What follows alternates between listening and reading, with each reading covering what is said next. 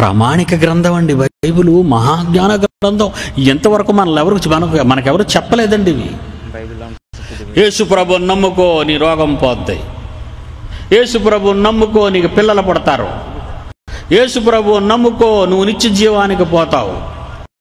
ఇదేనండి చెప్తున్నారు. నీకేం పని లేదా? ఏం పని లేదు.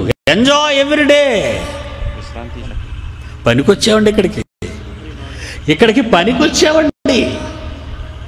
మనకేం పని లేదనుకుంటున్నారు కదండి చాలామంది. మీరు పుట్టింది పని కోసం అండి. చూడండి, ఇక్కడ ఒక ఆర్టికల్ వచ్చి చదువుతాను, ఆగండి. యేసు ప్రభు ఈ పరిచర్యలో దాదాపు 1,21,00,000 మంది ప్రజలు ఇప్పటి వరకు ఆశీర్వదించారు. కరపత్రం చదువుతున్నానండి, ఇక్కడే వచ్చారు మీకు. ఆగండి. యేసు ప్రభు ఈ పరిచర్యలో దాదాపు 1,20,00,000 మంది ప్రజలను ఇప్పటి వరకు ఆశీర్వదించారు. కుటుంబ సమస్యల, గొడ్రాలితనమా, బుద్ధి జ్ఞానముల కొదువా, ఆర్థిక ఇబ్బందులతో సతమతమవుతున్నారా, వ్యాధి రోగములతో బాధపడుతున్నారా? ఇయ్యండి కరపత్రాలు. చూసారా ఎలాట చెప్తున్నారు? ఇక మన కళ్ళు తెరిపించరండి వీళ్ళు.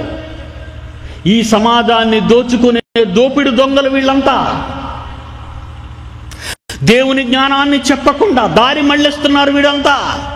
భూమి మీద పుట్టిన నీవు దేవుని కొరకు పుట్టావని, పని కోసం పుట్టావని నిన్ను మరిపించి నీకు పిల్లలు ఇస్తాడు, ఉద్యోగం ఇస్తాడు, డబ్బిస్తాడు, సుఖం ఇస్తాడు, రండి అంటున్నారు. ఎంత మోసం అండి. అందుకే ఒక మాట రాశాడు బైబిల్లో, కొరింథీయులకు రాసిన మొదటి పత్రిక. ఇలాంటి వాళ్ళ గురించి ఏమి రాశాడో చూడండి బైబిల్లో. కొరింథీయులకు రాసిన మొదటి పత్రిక 15వ అధ్యాయం 19వ వచనం. ఈ జీవితకాలము మట్టుకే మనము క్రీస్తును నమ్మిన ఎడల ప్రపంచంలో ఉన్న మనుషులందరికంటే దౌర్భాగ్యులమై ఉందుము. ఉందా బైబిల్? ఉందలే చూడండి, ఉందా? కొరింథీయులకు రాసిన మొదటి పత్రిక 15వ అధ్యాయం 19వ వచనం.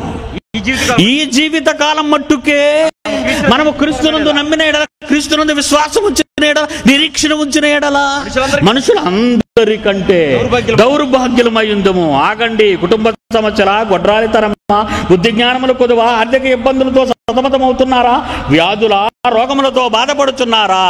ఈ మాట చదివాను కదండి. ఇప్పుడు ఇది వీళ్ళు రాసిన మాటలు, ఇప్పుడు దేవుడు రాసిన మాట. ఈ జీవిత కాలం మట్టుకే మనము క్రీస్తును నమ్మితే నిరీక్షించు వారమైన ఎడల మనుషులందరికంటే దౌర్భాగ్యులమై ఉందుము. 60 ఏళ్ల కోసం ప్రభువుని నమ్ముకుంటావా? నీ రోగాలు పోవాలని, నీ గొడ్రాలతనం పోవాలని, నీ కష్టాలు తీరాలని, అందుక నువ్వు యేసు నమ్ముతున్నావు. అలా అయితే యేసుక్రీస్తు ఎందుకు చచ్చిపోయాడు? అలా అయితే మొదటి నిబంధన సంఘం ఎందుకు చచ్చిపోయారు? వాళ్ళంతా దెబ్బలుతున్నారు. వాళ్ళంతా ఎందుకన్ని కష్టాలు పడ్డారు? ఒక స్టెఫెను ఎందుకో రాళ్లతో కొట్టబడి చంపబడ్డాడు. ఒక యాకోబు ఎందుకు తన తలను కత్తితో నరికించబడ్డాడు. ఈ భూమి మీద మనం పుట్టింది ఎవరి కోసమో తెలుసా? 4వ అధ్యాయం 34వ వచనం యోహాను సువార్త. 4:34 యోహాను సువార్త. యేసు వారిని చూచి, నన్ను పంపిన నా తండ్రి ఇష్టాన్ని నెరవేర్చుట, ఆయన పని తుదముచ్చుట, నాకు ఆహారం మీరెందుకు క్యారేజ్ తెచ్చారా నాన్న అంటున్నాడు. చూడండి, 1 పేతురు 4వ అధ్యాయం 1-2 వచనాలు. 1 పేతురు 4వ అధ్యాయం 1-2 వచనాలు. క్రీస్తు శరీరమందు శ్రమపడెను, క్రీస్తు శరీరమందు శ్రమపడెను, క్రీస్తు శరీరమందు శ్రమపడెను. మీరంతా క్రైస్తవులు, క్రీస్తును ధరించుకున్నారు. మీరు వినాలి ఈ మాట. క్రీస్తు శరీరమందు శ్రమపడెను గనుక మీరును అట్టి మనస్సును ఆయుధముగా ధరించుకొని. శ్రమలండి, మనకు అన్ని శ్రమలు అని ఆయన అంటే, మీకు శ్రమలు తీసేస్తాం రండి అంటున్నారు వీళ్ళంతా. ఇది ఎక్కడ మాయబోదండి బాబు. యేసును నమ్ముకుంటే శ్రమలను ఆయన బైబిల్లో రాస్తే మీకు సమస్యలా అంటే ఇది క్రైస్తవుడు కాడా? వాడికి సమస్యలు లేవా? లేవంటే క్రైస్తవుడు కాదనే కదండి అర్థం.